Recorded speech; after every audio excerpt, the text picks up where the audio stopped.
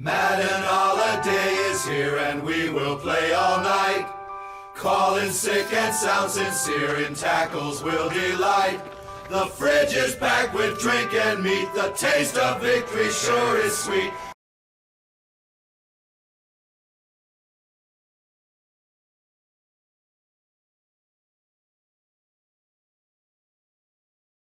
Well, last week was certainly a week, wasn't it? I mean, missed the big one there on Florida State, and SMU did their darndest to make me go 500, but thanks to RJ Maryland, that didn't happen. The New Mexico-Montana State game actually turned out to be pretty good. The Lobos were way more competitive than I thought they were going to be. That being said, they did blow a 17-point lead, I think it was. And Hawaii and Delaware State also happened. Again, I know that wasn't too much of a stretch to pick Hawaii to win that game, but still. Anyway, so obviously we're previewing now what is officially week 1 of the college football season. Again, it's only college games at this point. We'll be doing NFL games next time, and I'll get more into that during the wrap-up section. Anyway, this week's games, we're covering 6 of them. We have the North Dakota State Bison versus the Colorado Buffaloes, the Clemson Tigers taking on the Georgia Bulldogs in Atlanta, the Penn State Nittany Lions and the West Virginia Mountaineers, the Miami Hurricanes and the Florida Gators, the Notre Dame Fighting Irish and the Texas A&M Aggies, and then we wrap things up with the Labor Day Sunday game between LSU and USC, which is in Las Vegas. And yeah, I tried to reflect the whole neutral site thing, as you can see in this. You'll see when we get to those games that are at neutral sites. And that's why they're bowl games, because that's really the only way you could do that in College Football 25. Or at least that's what it was when I recorded this. Alright, we'll come back after the break and start previewing these games.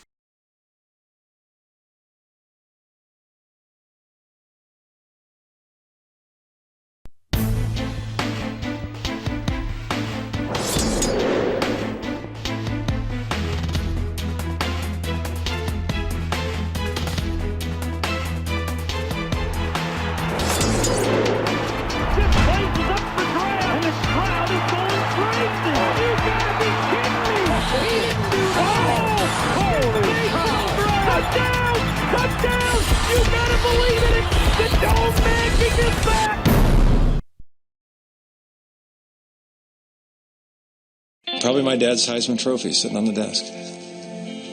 First memory. I went to the Coliseum with my dad early on. He was a broadcaster, and I used to run copy from the basement to the press box. I used to look at that player tunnel and say, someday I'd love to come out of that as a player. Most people don't remember that I played football, and that was a dream come true. But it all starts with a small goal. Why do you love football? Share your story, and you could win a trip to the Super Bowl at Together We Make Football.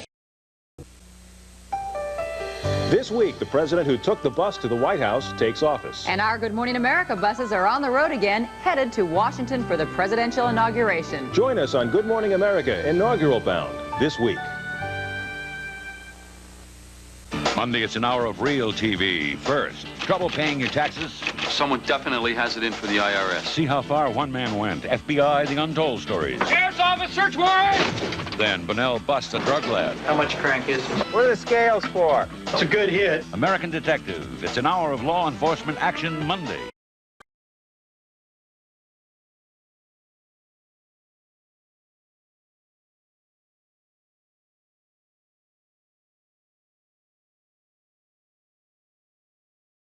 Alright, our first game is the North Dakota State Bison traveling to Boulder to take on the Colorado Buffaloes. And yeah, there's some bias going on here, as not only am I obviously a North Dakotan, but I lived for about 3.5 years in the off-campus North Dakota State University housing complex, as my father completed his PhD work there. I was about 3 years old when we moved there, and left just after my year of kindergarten. So, he got a job here in Bismarck. So, I promise that won't really factor into the prediction, but yeah, I guess maybe I should declare that right away here. Now, the Bison football program has had a lengthy tradition of victories over FBS opponents. They've beaten Ball State, Central Michigan, University of Minnesota a couple of times, Iowa State, Kansas State, and Iowa. They've even beaten Colorado State. Now, their last one, they did lose to Arizona, and obviously the Bison have dominated the FCS level. They've won 9 of the last 13 national championships there, and I do sense that a malaise has set in recent years. Fans are really chomping at the bit. I think players are also kind of chomping at the bit a little bit to move up to FBS and start showing our stuff there. In particular, everyone really wants to move to the Mountain West Conference. And when I say everyone, again, I mean fans and players. There's some higher-ups, some boosters, some of the people at the State Board of Higher Education that are not so enthusiastic about the idea. Basically, the most powerful one is Doug Burgum, the now outgoing governor of the state of North Dakota, who is also a presidential candidate and was almost a vice presidential candidate. He has been very vocal in not wanting to move the Bison up. He would much rather have them be the big fish in the small pond. But unfortunately, like I said, I do think that the Bison have become oddly complacent in FCS, which is kind of why they maybe haven't thrived as much as they would have in earlier years. Again, though, you can also understand the fans' perspective of this, too. I mean, several of the programs that have moved up to FBS from the FCS level in recent years are teams that North Dakota State has literally beaten for national championships. They've beaten Sam Houston State like 3 or 4 times. Jacksonville State they beat once, and they beat James Madison. They faced them in the playoffs a bunch of times, too, not just for the championship. So, again, I can understand that reasoning. But again, right now, it doesn't seem like anyone's willing to really put the money for them to actually do that, or they're still waiting to see if maybe the Mountain West is willing to cut some sort of deal when the next round of conference realignment happens. That being said, we should probably talk a little bit about the on-field product here, and the Bison key to victory is obviously to run the ball control, play a kind of umbrella zone defense. Let Shedeur Sanders hit Travis Hunter underneath, but don't let them get the big gains. Hit them immediately. Tackle them in and bound. Yeah, exactly. Just do not, let them get those big play deep balls that could, easily do things. Now, that being said, that is easier said than done. Obviously Shedeur Sanders is an electric playmaker as long as he doesn't hold on to the ball too long. Travis Hunter is a dynamic wide receiver and also a pretty good cornerback, so there's a lot going there, obviously. Colorado was the most entertaining 4-A program ever last year, and they are gearing up to maybe do something special, especially now that they have a new defensive coordinating staff, basically. So, yeah, overall, like I said, it would be nice if NDSU won again, but right now I just don't think they will. I am guessing Colorado probably wins this one by a couple possessions. If you're into the gambling, the spread right now is 9.5 points. And, 9 points, maybe 10, maybe even up to 14 probably sounds about right. So, I'm picking the Buffaloes to win this one.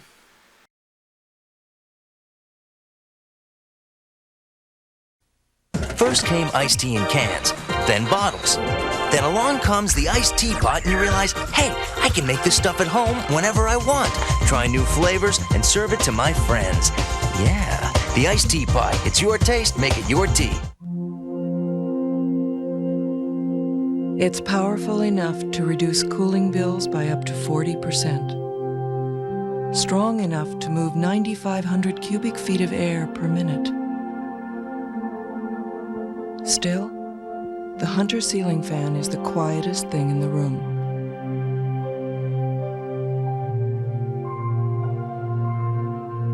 Hunter, quiet for life.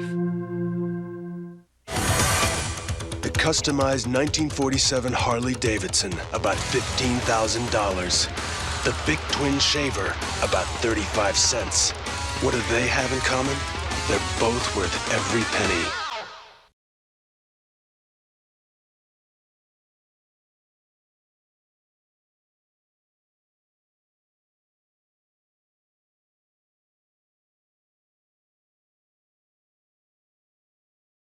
Okay, our next matchup is the Clemson Tigers taking on the Georgia Bulldogs in Atlanta, Georgia. Yes, this is technically a neutral site game, even though Athens is only like 5 miles from Atlanta.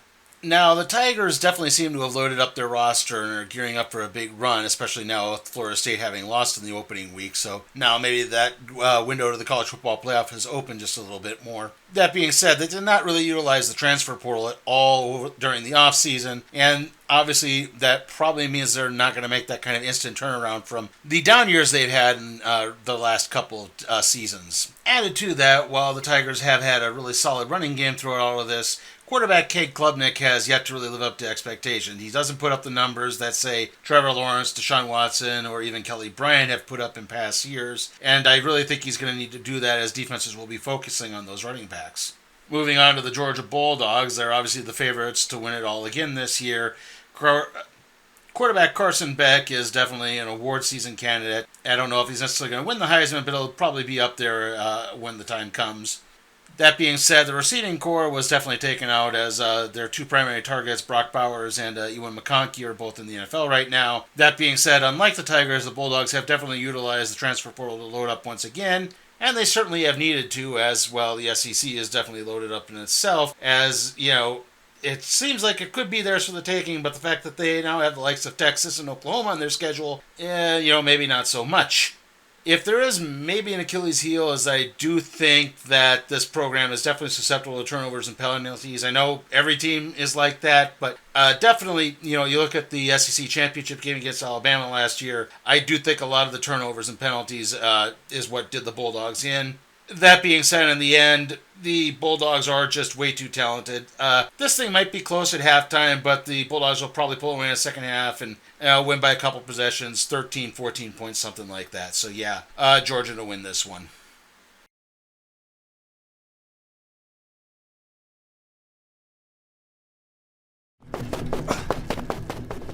Work. It doesn't require a spotlight. It doesn't feed off attention. It comes from within. Producing hunger. Unlocking greatness. Reaching for glory, even when no one's looking. Evolve in the shadows. Win in the dark. Some people can't afford to worry about the fuel in their tank. And when it comes to consistency and quality, their demands are among the toughest in the world. That's why most major domestic and international airlines depend on Citgo. And with more than 13,000 locations across America, you can depend on Citgo too. Citgo, the sign of quality. A radical experiment. An extraterrestrial sequence of DNA. A scientific achievement. This growth is amazing. A military cover-up. She escaped? And the most monumental threat. You created a monster, now you want us to kill it. Of our time.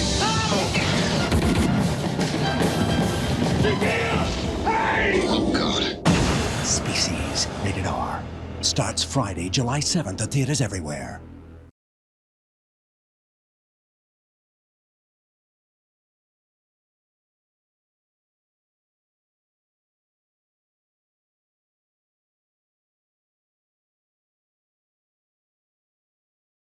Okay, our next matchup is the renewal of an old-school rivalry between the Penn State Nittany Lions and the West Virginia Mountaineers. And yes, this really is an old rivalry. One of my first college football memories was seeing Mountaineer quarterback Major Harris carving up the Nittany Lions defense in 1988. Now, overall, Penn State is definitely a sexy pick for the college football playoff, and to even at least make the Big Ten title game. Whether or not they'd actually win it is still up in the air, but to do that, they're going to have to definitely overcome a very lackluster offense they've had the last few seasons. Now, it has seemed like the Nittany Lions have rectified this by bringing in Kansas offensive coordinator Andy Kotelnicki, I hope I'm pronouncing that right, to help run things, which could help definitely make things a lot better. At least Kansas did have a pretty decent offense last season, at least when their quarterbacks were healthy. That being said, Penn State's football program has almost always been defense first, and yeah, they're still pretty stout and should be able to carry them through several matchups this year. Now, speaking of high-powered offenses, West Virginia is definitely a high-powered offense. They still put up video game type numbers, even though this isn't quite the era of Rich Rodriguez or even Dana Holgerson. They can, like I said, still put up very quality numbers and score a lot of touchdowns. That being said, that's usually translated to a lot of middling success ever since they moved to the Big 12. Again, they just kind of start off hot and then fall apart, and I wonder if maybe the Big 12 schedule, the travel schedule in particular, is what gets in the way. Like, a hot team will fly to Morgantown and lose, but then, when they have to go to, Lubbock or Waco or I guess now even Provo, Utah, yeah, that could definitely wind up changing a few things here and there. Obviously, cross-country travel isn't really going to be too much of a factor here. These two are practically next-door neighbors, but Penn State's just a much stronger team. I expect them to win this one handily. Definitely by more than 2 touchdowns, maybe even 3. So yeah, I'm picking the Nittany Lions in this one.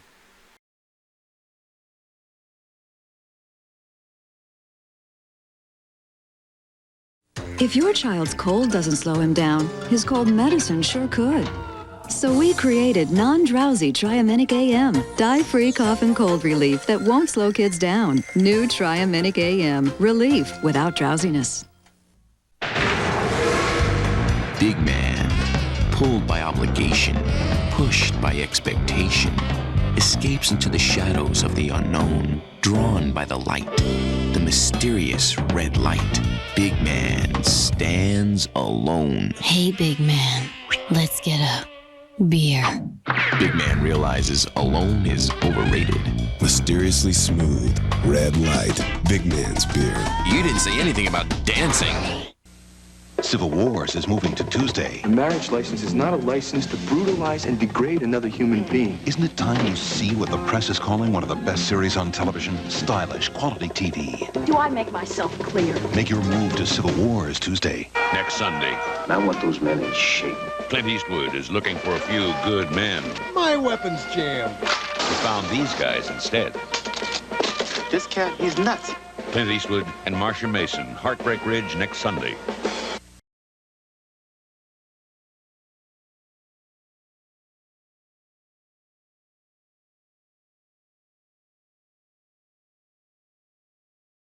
Our next matchup is the Miami Hurricanes taking on the Florida Gators in the battle of the teams that have struggled to live up to their fans' lofty expectations. Yes, Miami did start off pretty well last year, but then they had that bizarre loss to Georgia Tech that I mentioned last week, and they never really seemed to recover from that. Added to that, the QB troubles they did have all season, and the fact that they have now stabilized that via the transfer portal by getting Cam Ward to transfer from Washington State. Now, I will say this, I do think Mario Cristobal is a good coach, and he has stabilized that program and pumped up the supporters once again. Still, another season of going 8-5 is not going to enable him to keep his job. Moving on from that, we have Billy Napier of Florida. I mean, good lord. This guy is the subject of a lawsuit over a failed NIL deal involving, of all things, a transfer from the University of Miami. The fact that he just keeps going like 6-6 in the recruiting hotbed of Florida really does not make sense. And the days of Urban Meyer are going longer and longer in the mirror. I mean, the program still could be successful. They do have an explosive running back in Montreal Jordan, but they're going to need some very quality quarterback play if they're going to have any type of success this year. Right now, I mean, Miami's just the more consistent team across the board, talent-wise, coaching-wise, everything involved. I'm guessing that Miami is probably going to win this one. It could be close, it could be competitive throughout, but yeah, the Hurricanes are probably going to win this one.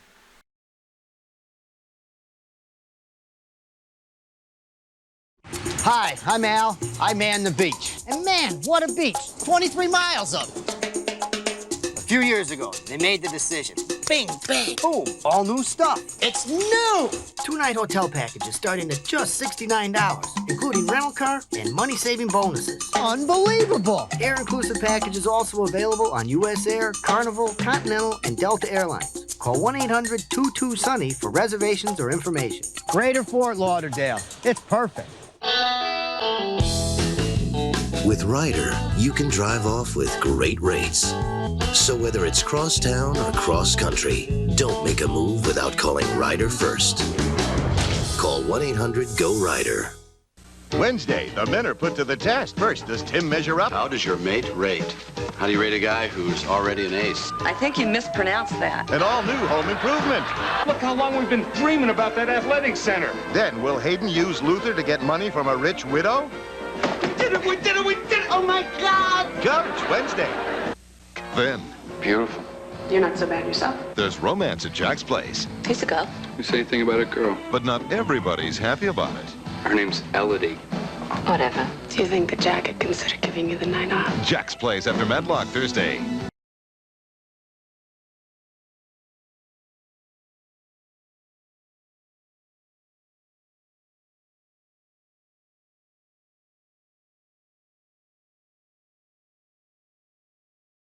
Our next matchup sees the Fighting Irish of Notre Dame traveling to College Station to take on the Aggies of Texas A&M. The Aggies are definitely breaking in their new coach, Mike Elko, with a really tough opponent. Now, last year, Elko, as coach of Duke, took Notre Dame to the limit and really should have beaten them, and probably would have quarterback Riley Leonard not gotten injured. Coincidentally, Riley Leonard is now the starting quarterback at the University of Notre Dame. I think the Aggies are gearing up to be a threat in the SEC, but I'm often reminded of what legendary coach Paul Bear Bryant said about his tenure with the Aggies. You couldn't sneak up on people because everyone talked too damn loud. That being said, I do think the Aggies have utilized the transfer portal quite well and have definitely loaded up to do something this year. Moving on to Notre Dame, they once again come in with very high expectations. However, under Coach Marcus Freeman the last few years, they've tended to start off really slow early on in the season, but gather steam as everything wears on. I do think Marcus Freeman is a darn good coach, but I think he needs 10 wins to at least be considered for the college football playoff if he's going to keep his job, and to do that, he can't be starting off 0-1. I do think quarterback Riley Leonard, who we talked about earlier, is going to help pick up the offense, and the defense is really going to have to be counted on in what is obviously going to be a very hostile environment in Kyle Field. This all adds up to a real toss-up game, but in the end, I do think the Aggies are maybe just a little bit stronger team, and they will ultimately pull this off in the end. They'll probably kick a last-second field goal. If you are the gambling type, and if you are, you should do so responsibly, but I would definitely label this for like a parlay bet, because that's probably the best way you're going to get anything. So yeah, I'm definitely picking Texas A&M to win this. Julia Murray is doing something her allergies and the pollen never let her do before.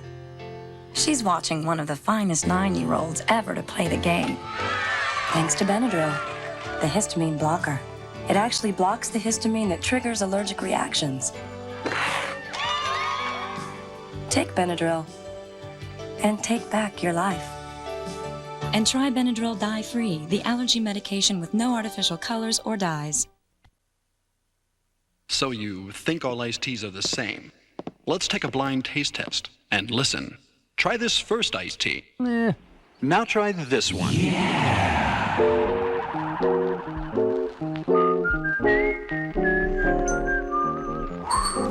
Sounds like a winner. In a blind taste test, Nestea beat Lipton by a sound margin.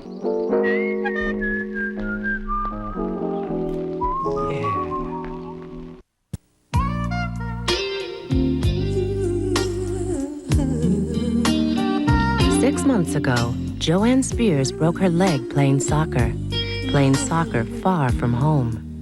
Fortunately, the Spears Blue Cross and Blue Shield plan provides immediate access to quality medical care nationwide, in the hospital or out. No questions asked, no paperwork to fill out, no added costs. Just the kind of care that helped Joanne feel a little closer to home. Blue Cross and Blue Shield. Local plans with healthcare options as diverse as their communities. Accepted coast to coast as America's unrivaled symbols of healthcare coverage. And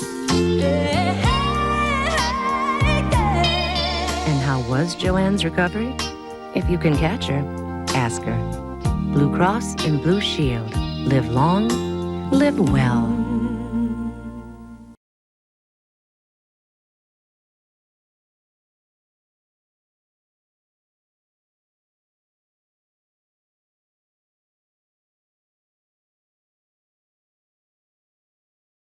Our last game sees the Louisiana State University Tigers and the University of Southern California Trojans taking each other on in Las Vegas. The Trojans are making their Big Ten debut. They have a new defensive staff, and, well, they sort of have a new QB. Miller Moss played in the Holiday Bowl last year, but yeah, Caleb Williams obviously isn't there anymore. Which means the pressure is definitely mounting on Lincoln Riley to start contending for the college football playoff again. I mean, another 7-5 season is definitely not going to cut it, and this will all come down to how improved their defense truly is.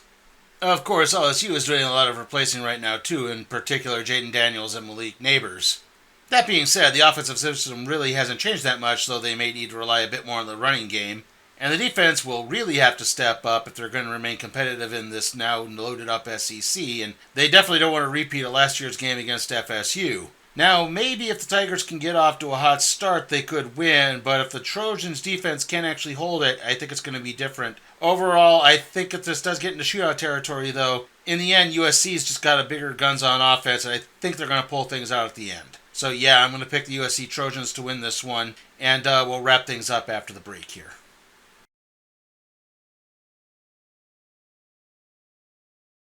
Then, Beautiful. You're not so bad yourself. there's romance at Jack's place. He's a girl. You say anything about a girl? But not everybody's happy about it. Her name's Elodie. Whatever. Do you think that Jack could consider giving you the night off? Jack's place after Medlock Thursday. Elijah Wood and Kevin Costner in the story of a brother, a sister, and the father who was their hero. The War, rated PG-13, starts Friday. My mom goes to work and I go to school, so we're real busy in the morning. Sometimes I lose stuff, but we always find it. And even when we're in a hurry, we still make instant Quaker oatmeal. It's really fast. Mom likes it because it warms me up. I like it because I like it. Low-fat, whole-grain, instant Quaker oatmeal instead of cold cereal. My keys. For moms who have a lot of love, Here, Mom. but not a lot of time. Every company has an Edwina, the planner, the organizer, the one who tracks your packages. Only today, she's out sick, and you have to track them yourself.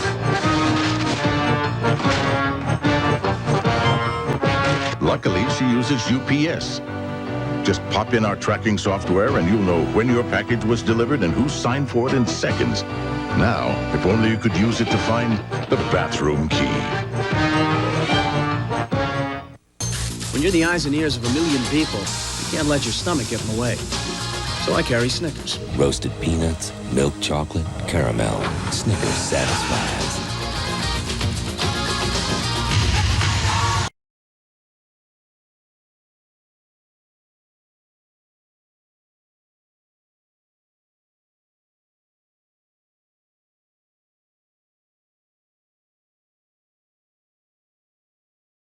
Okay, as we start the wrap-up section here, I'd like to apologize for my voice getting kind of funky right now. I obviously have to shut the fans off to minimize any background noise, and yeah, it's starting to get really stuffy in here, which isn't good for my allergies, so yeah, that's why I'm a little weird sounding right now.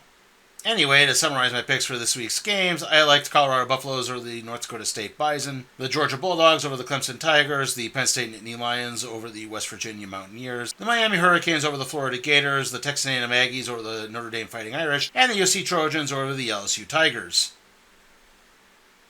Okay, so next week the NFL regular season starts, so obviously we are going to start covering NFL games in this. We're going to cover both college and NFL in the same show. The picks could be as little as 3 college, 3 NFL, or 4 college and 4 NFL. So either 6 games or 8, depending on how the week shakes out and how everything is interesting. Now, that being said, I obviously have to cover things a lot more. I have to get more footage. The NFL footage right now is going to be from Madden 24. Like I said in my, and I posted a whole game up. At the beginning of that, I wasn't able to afford Madden when it came out. I should hopefully be able to get it by the end of the September, so we'll be transitioning to Madden 25 as the season goes on. I try to at least do predictions for one team in Madden. At least every team once is what I'm trying to say. So, and because I obviously expanded my coverage, episodes are obviously going to be a lot longer. I know I'm saying obviously a lot, but just bear with me. Basically, yeah, I've had to select games weeks in advance, so that doesn't necessarily mean we're always going to, I'm not going to be like spamming nothing but like Kansas City or Dallas or anything like that, but yeah, I've at least scripted out to week 6 what games I intend to select. That being said, the games we're covering next week, college-wise, are the Texas Longhorns at the Michigan Wolverines, the Temple Owls at the Naval Academy Midshipmen, the Tennessee Volunteers at the North Carolina State Wolfpack, and the Kansas Jayhawks taking on the Illinois Fighting Illini. NFL-wise, we have the Baltimore Ravens taking on Kansas City. We have the Green Bay Packers taking on the Philadelphia Eagles in Brazil. We have the Los Angeles Rams taking on Detroit, and we have the New York Jets taking on San Francisco. So those are all the primetime games. Now, again, the NFL-wise, we're not just going to be doing only primetime games. There'll be mixtures. It has been hard to kind of select games. I'll probably talk a bit more about that when we cover NFL games next week. But yeah, that is definitely how things are going to shake out. Okay, so the next video is going to be the recap and review for TNA Emergence. That's on Friday. Saturday, it will be WWE Bash at Berlin recap and review. After that, it's going to be the random trade review on Volume 1 of the Marvel Masterworks Deathlock, the Demolisher, and then the Week 2 prediction video. Now, the random trade review, I have almost fully scripted it, so I should be able to hopefully shoot everything and maybe record a little bit before the wrestling shows start. But yeah, it's definitely going to be up Tuesday. I'm going to try my darndest to at least get the Week 2 predictions up on Wednesday. If not, they'll be up on Thursday. See you all next time.